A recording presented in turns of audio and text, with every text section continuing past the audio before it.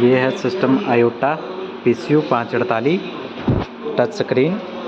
और यहाँ पे आपको देख सकते हैं कि सिस्टम के बैकग्राउंड में बैटरी की MCB, इनपुट MCB और रोटरी, स्टाइलिश, सोलर की ST और इनपुट की ST दी गई है।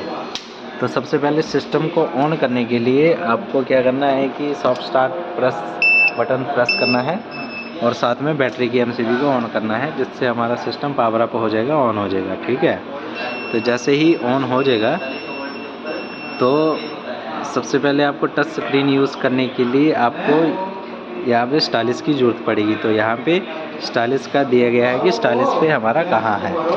ठीक है, तो यहाँ पे स्टाइलिश जैसे आप लेते हैं तो आपको यहाँ पे lithium battery grid export mode with battery करना है। तो जैसे ही आप यहाँ पे आपको देख सकते हैं कि इस टाइम हमारा लेड एसिड बैटरी है। ठीक है, लेड एसिड बैटरी है। तो जैसे ही आप सेटिंग के ऊपर जाओगे, ठीक है, PC user setting, battery type और यहाँ पे लिथियम बैटरी सेव करते हैं। तो यहाँ पे 14, 15, 16 सेल आएंगे। तो जिस हिसाब से आपकी बैटरी रहेगी, लिथियम बैटरी 14 सेल वाली, 15 सेल वाली, 16 सेल वाली, ध्यान रहे कि जितने सेल वाली बैटरी रहेगी उतना ही यहाँ पे आपने क्लिक करके सेव करना है। ठीक है, तो जैसे ही आप सेव करोगे तो आपकी लिथियम बैटरी आज सेव हो चुकी है। और यहाँ पे आप देख सकते हैं कि लिथियम बैटरी आ चुका है, यहाँ पे फ्लैग आ चुका है लिथियम बैटरी का। पहले यहाँ पे लेड एसिड का था। अब आपको ग्रिड एक्सपोर्ट मोड ऑन करना है। PC यूज़र सेटिंग में जाओगे आप, एक्सपोर्ट मोड, ग्रिड एक्सपोर्ट और इनेबल और नेक्स्ट करना है। तो जैसे आप नेक्स्ट करोगे तो यहाँ पे आपको दो टाइप आ जाएंगे, एक विद बैटरी और विदाउट बैटरी। तो आपने विद बैटरी के ऊपर क्लिक करना है और सेव कर देना है।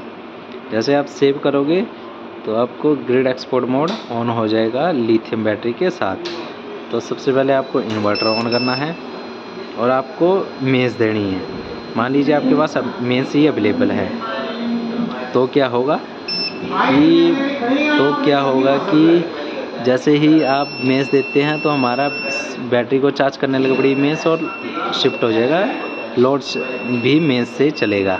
दूसरा कि हमारे पास दोनों ही अवेलेबल है, जैसे सोलर दे दिया हमने साथ में। तो क्या होगा कि जैसे आप सोलर देंगे तो सोलर की MCB यहाँ पे ऑन हो गई है और सोलर की वोल्टेज भी आ चुकी है। तो फर्स्ट प्रायोरिटी रहेगी कि बैटरी को चार्ज करेगा और सेकंड प्रायोरिटी रहेगी कि लोड की रिक्वायरमेंट को पूरा करेगा। बाकी जो पावर बचेगी हमारी सोलर की वो ग्रिड एक्सपोर्ट स्टार्ट कर देगा। तो जैसे ही ग्रिड एक्सपोर्ट स्टार्ट करेगा तो हमारी ग्रिड टाई ऑन हो जाएगी। जैसे ग्रिड टाई ऑन होगी तो हमारा यहाँ पे LED ब्लिंक कर जाएगी। ठीक है, तो जैसे देखिए आप यहाँ पे ग्रिड टाई ऑन हो गया है और यहाँ पे आपको स्टेटस में भी दिख जाएगा कि हमारा ये देखिए ग्रिड टाई ऑन आ रहा है। अब इसको स्टेटस को चेक कर सकते हैं यहाँ पे कि grid tie on, inverter on, solar charger on.